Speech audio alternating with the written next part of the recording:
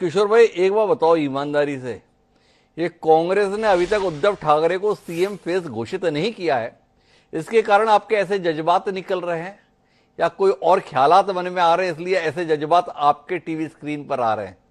भाजपा के साथ तो आप इसीलिए छूटे ना कि वो उद्धव ठाकरे को सीएम पद की कमान देने के लिए तैयार नहीं हुए थे। ये कांग्रेस ही भी उसी राह पर जाते हुए दिख रहे हैं क्या आपको? नहीं नहीं नहीं, ऐसा है कि कांग्रेस के जो हाईकमांड है, उनको इन्होंने द्विधा में डाल दिया है।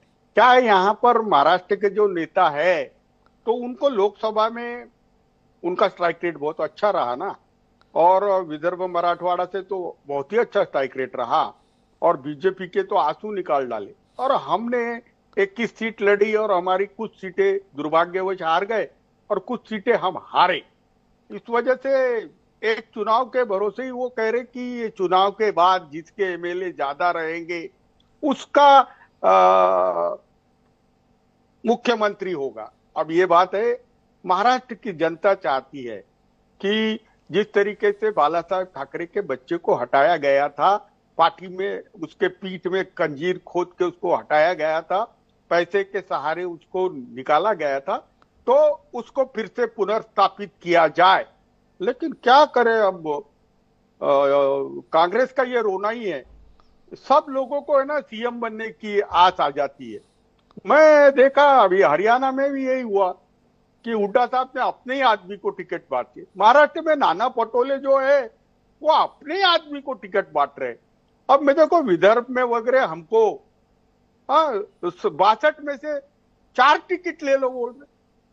अरे जब पहली बार सरकार बनी थी तो हमारे 18 विधायक आए थे, पिछली वक्त हमारे 12 विधायक थे। अरे देखो, अपमान और सम्मान में फर्क होता है।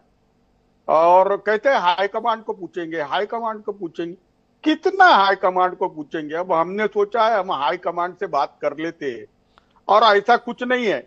288 सीट की हमारी तैयारी है, और हमने इसके पहले भी 2014 में जब बीजेपी ने उन्माद किया था और हमें अकेला छोड़ा था, हम लड़ लिए। मुझे जाना था मुकेश त्यागी जी के पास, पर मुझे जाना पड़ेगा हनुमा आचार्य जी के पास। हालात ऐसे बन गए हैं चर्चा में। क्या कहती है हनुमा जी? अभी हरियाणा के सदमे से उभरे नहीं, महाराष्ट्र में चुनाव से पहले आपको सदमा लगने के हालात बनते हुए दिखाई दे रहे हैं। किशोर जी की बातों से ऐसा प्रतीत हो रहा है। क्या कहती हैं आप? ये हरियाणा के नतीजों ने महाराष्ट्र में आपके सहयोगियों के हौसले बुलंद कर दिए। हमें उम्मीद थी कि विरोधियों के हौसले बुलंद होंगे, ये तो आपके दाएं बाएं खड़े होने वालों के भी हौसले बुलंद हो गए। इन हालात पर क्या कहती है अनुमा जी? सबसे पहले तो आपको और सारे पैनलिस्ट को नमस्कार करती हूँ जी, और उसके बाद ये कि किशोर जी बहुत ही संजीदा, बहुत ही वरिष्ठ, बहुत अनुभवी ऐसे नेतृत्व उनका है। और वो जब भी प्रवक्ता के रूप में जब भी आए हैं तो उनसे हमेशा जिस तरह की शालीनता एक एक्सपेक्टेड होती है, उस तरह से ही हमारी हमेशा बात हुई है।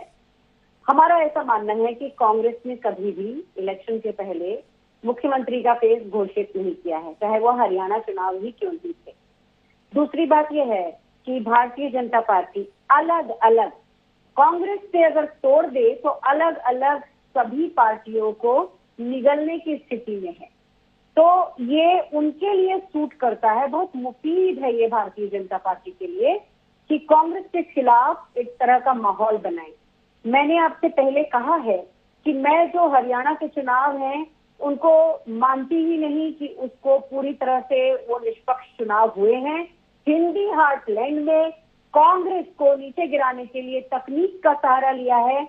अगर जिस तरह से अभी सुप्रीम कोर्ट में एक्सेप्ट हुआ है, सारे प्रमाण खुलेंगे और